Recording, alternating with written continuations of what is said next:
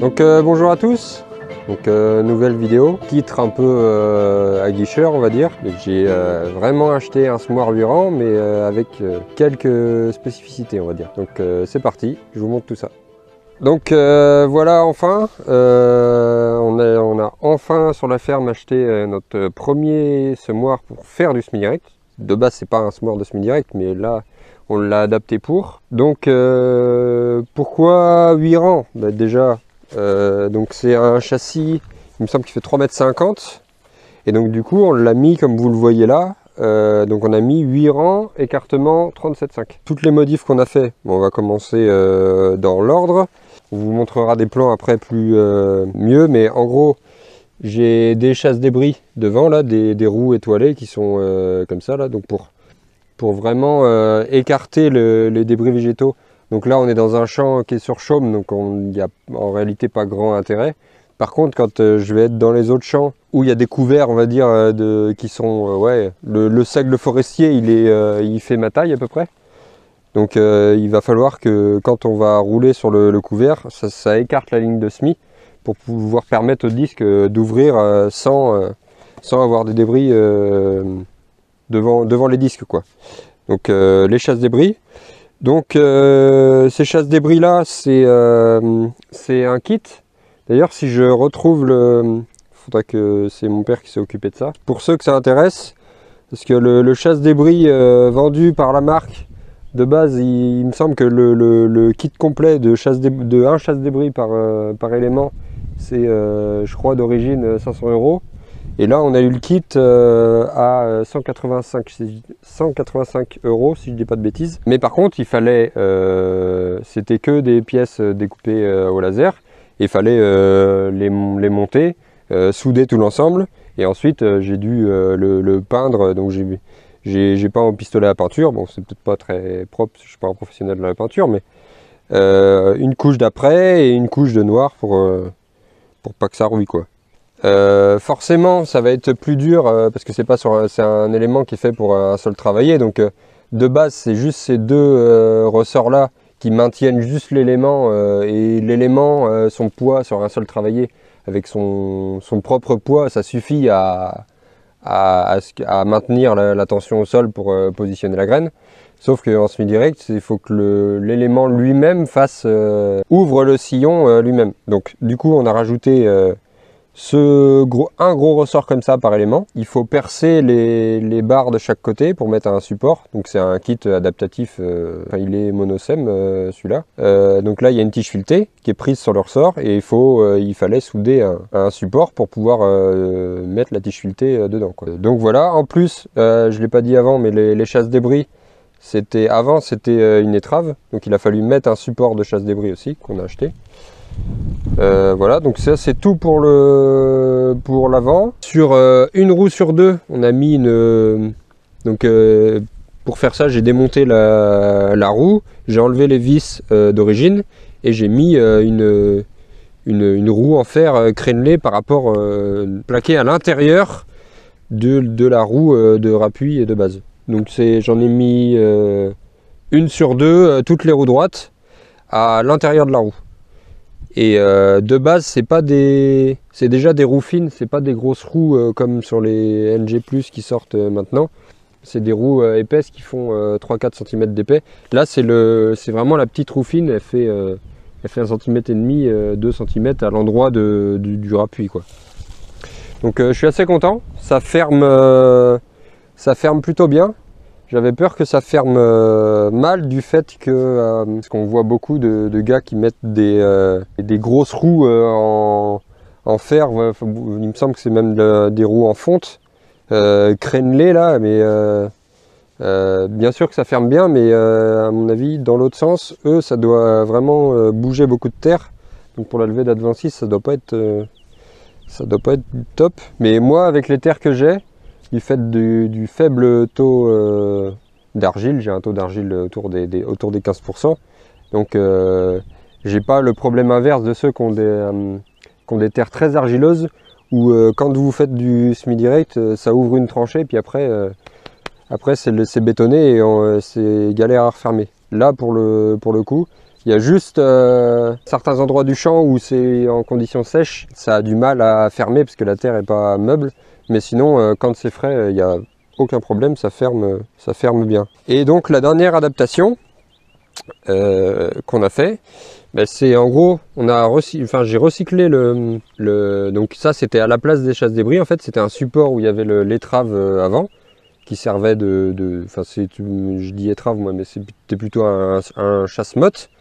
Et donc je l'ai récupéré, j'en ai coupé un bout et j'ai mis un support pour mettre une masse individuelle par élément.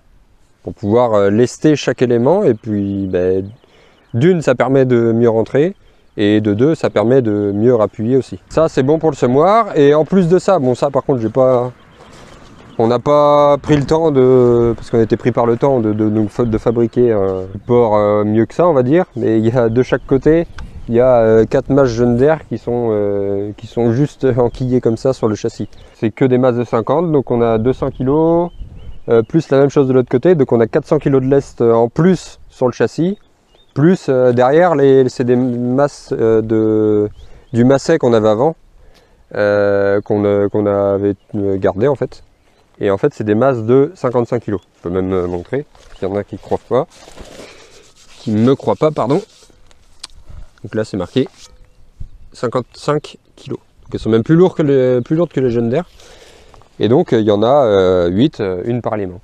Donc pourquoi j'ai mis des masses sur le châssis? C'est parce que sur le tracteur j'ai pas de terrage forcé. J'aurais eu un terrage forcé sur le tracteur, j'aurais pas eu besoin de mettre les masses sur le châssis, mais j'en ai pas. Donc plutôt que faire un kit hydraulique pour adapter le tracteur ou le machin, j'ai juste rajouté des masses sur le châssis quoi.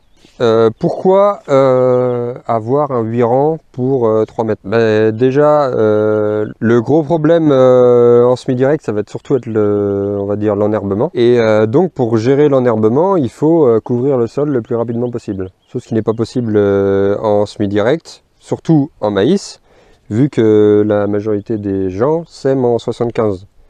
Donc en fait, on a un interrang qui est libre. Donc d'une, dans l'interrang, le sol travaille pas. Donc pour faire du semi-direct sous couvert, sous couverture permanente du sol, quand on a un interrang, quand on sème le maïs en 75, vous avez la moitié du champ au niveau du sol qui travaille pas. Donc déjà c'est problématique. Et ensuite il faut couvrir le sol le plus rapidement possible pour pouvoir que le maïs prenne le plus de place. Et le but c'est qu'une fois rendu à 10 feuilles, quoi, il fasse cette hauteur là. Et bien vu qu'il est semé à 37,5, ça recouvre déjà 80% du sol. Et il n'y a déjà plus besoin de désherbant. Et même si après il y a des herbes qui germent, c'est trop tard. En fait le maïs est déjà passé devant et du fait qu'il est serré, le feuillage va prendre le dessus et en fait même s'il y a quelques adventices qui germent, en fait au final elles vont même travailler avec le maïs plutôt que être en concurrence quoi. Et pour parler de concurrence justement, le but principal aussi c'est de supprimer la concurrence sur le rang. Parce que le problème en 75, même en 60, même écartement 60, il y a encore trop de concurrence. Le but c'est d'une part, augmenter la densité, parce que là je sème à 100 000 grains hectare. Donc ça permet de monter la densité, mieux répartir les graines du sol, tout le sol travaille, et on supprime, oui, justement la concurrence sur le rang, parce que, on mesurera après. Après ça dépend des graines et comment que ça sème, parce que là aussi il y a quelques cailloux, donc c'est pas exact, mais sur le papier c'est normalement 26,5. À 26,5, 37,5, on supprime totalement toute la concurrence qu'il peut y avoir sur le rang. Il y a un maïs qui peut se développer sans auto-concurrence, quoi. Il ne se concurrence pas tout seul. C'est déjà assez compliqué en semi-direct de semer des cultures qui par elles-mêmes se développent. Si en plus on rajoute de l'auto-concurrence, c'est encore plus compliqué, quoi. Voilà pourquoi 8 rangs. Et 8 rangs du coup et 4 bacs de micro-engrais. Ce qui change par rapport à on va dire un semoir classique, c'est que les roues ne sont pas au milieu, on a dû les adapter aussi. En fait, les roues sont à l'extérieur du semoir en fait. Sur un semoir 4 ans classique, les roues sont au milieu. Là, quand vous mettez à 37,5, vous êtes obligé de les mettre à l'extérieur. Donc là, il y en a une ici. Venez voir de l'autre côté. Il y a l'autre roue qui est là et la boîte de vitesse qui est complètement à l'extérieur. Donc il y a un arbre, c'était bon, il me semble qu'il est suffisamment long. Et le deuxième, en fait, il a fallu rajouter un bout d'arbre. Et ensuite, on a mis une jonction avec des goupilles. Du coup, là, pour le coup, on n'est plus obligé de se pencher au milieu du semoir pour régler la vitesse. Là, on a la vitesse directe ici. C'est la vitesse la plus haute à laquelle on peut semer. Ah oui, et aussi dernière chose, on n'a pas mis des disques à maïs, c'est pas des 24 trous qu'on a mis, on a mis des 18 trous, comme des tournesols, sauf que c'est des disques à maïs 18 trous, parce que sinon la boîte de vitesse permet pas de semer aussi écarté, quoi. Elle permet pas de semer à 100 000, ça s'arrête avant. Du coup, il faut aussi, on a dû aussi changer les disques. Donc voilà, j'espère que la vidéo vous a plu, c'est la fin de cette vidéo. J'espère que cette présentation du semoir vous aura intéressé et vous aura plu. N'hésite pas à liker, partager, commenter, toujours pareil, pour faire connaître notre travail, c'est important. À la prochaine tout le monde, salut!